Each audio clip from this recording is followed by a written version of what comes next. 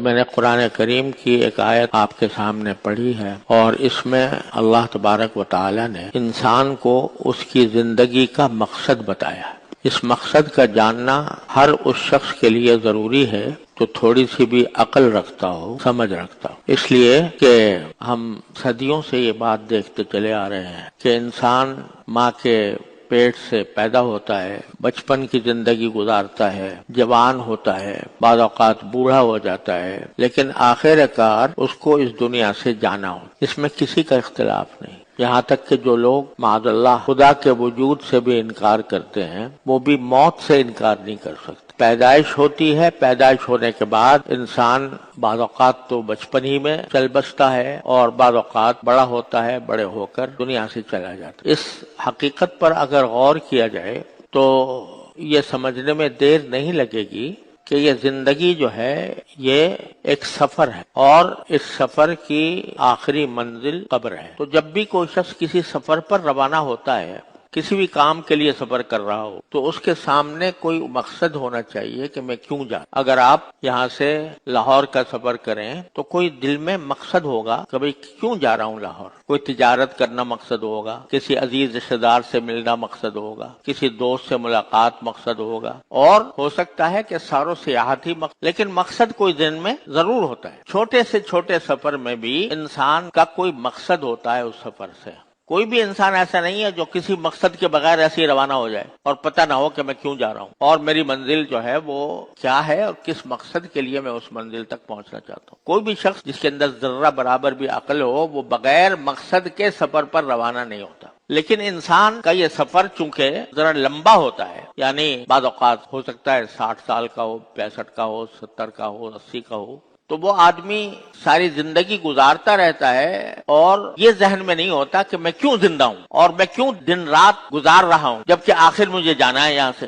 تو کوئی آدمی، اکثر و بیشتر ہم لوگ جب پیدا ہونے کے بعد یہاں کی رنگینیاں دیکھتے ہیں، یہاں کے ضروریات دیکھتے ہیں، یہاں کے مزے دیکھتے ہیں تو یہ بھول جاتے ہیں کہ ہم کیوں پیدا ہوئے اور یہ سفر ہمارا یقیناً ختم ہونے والا ہے کسی نہ کسی وقت۔ تو یہاں آنے کا مقصد کیا تھا؟ اب اس آنے کا مقصد ایک صورت تو یہ ہے کہ آپ خود طے کر لیں کہ بھئی تم خود طے کر لو کہ اس زندگی کا مقصد کیا ہے، لیکن خود اس لیے طے نہیں کر سکتے کہ تم اپنے اختیار سے تو نہیں آئے تھے۔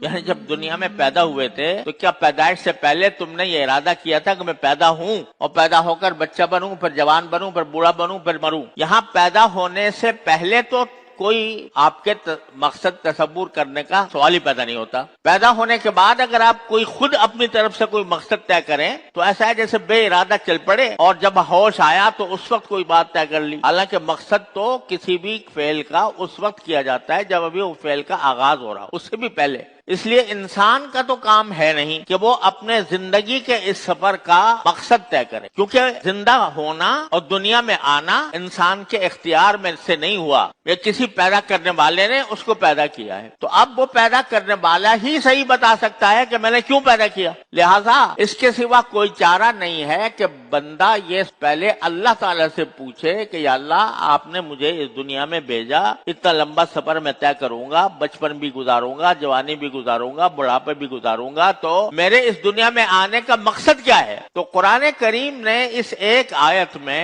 وہ مقصد بتا دیا۔ اللہ تبارک و تعالی جس کے بارے میں ہر مذہب کا انسان یہ مانتا ہے کہ پیدا کرنے والا وہ ہے، چاہے وہ مسلمان ہو، عیسائی ہو، یہودی ہو، ہندو ہو، اس سے کوئی انکار نہیں کر سکتا کہ انسان کو پیدا کرنے والا اللہ ہے۔ تو اللہ تبارک و تعالی بندے کو بتا رہے ہیں کہ میں نے تم کو کیوں پیدا، دنیا میں کیوں بھیجا۔ وہ اس آیت کریمہ میں اللہ تعالی نے بتایا۔ اس کا ترجمہ یہ ہے کہ میں نے انسانوں کو اور جنات کو، کیونکہ جنات بھی اللہ تعالی کی پیدا کیے ہوئے ہیں، ان کا الگ جہان ہے، تو جنات کو اور انسانوں کو میں نے صرف ایک کام کے لیے پیدا کیا۔ ان کی زندگی کا مقصد صرف ایک ہے، اور وہ کیا ہے کہ وہ میری عبادت کریں۔ وَمَا خَلَقْتُ الْجِنَّ وَالْإِنسَ إِلَّا لِيَعْبُدُونَ، میں نے جنات اور انسانوں کو نہیں پیدا کیا مگر اس کام کے لیے کہ وہ میری عبادت کریں۔ اس کے لیے پیدا کیا. اور آگے اللہ تعالیٰ نے یہ بھی فرما دیا ما اريد منهم من رزق وما اريد ان يطعمون. میں نے ان کو اس لیے تو نہیں پیدا کیا کہ میرے واسطے رزق کما کے لائیں اور مجھے کھلائیں، کیونکہ ان اللہ هو الرزاق ذو القوة المتین، رزق دینے والا تو صرف اللہ ہی ہے. لہذا پیدا کرنے کا مقصد یہ بتایا کہ جب انسان ہو یا جن ہو، جب دنیا میں پیدا ہو، دنیا میں آئے تو وہ زندگی میری بندگی میں گزارے، میری عبادت میں گزارے. یہ مقصد بتا دیا.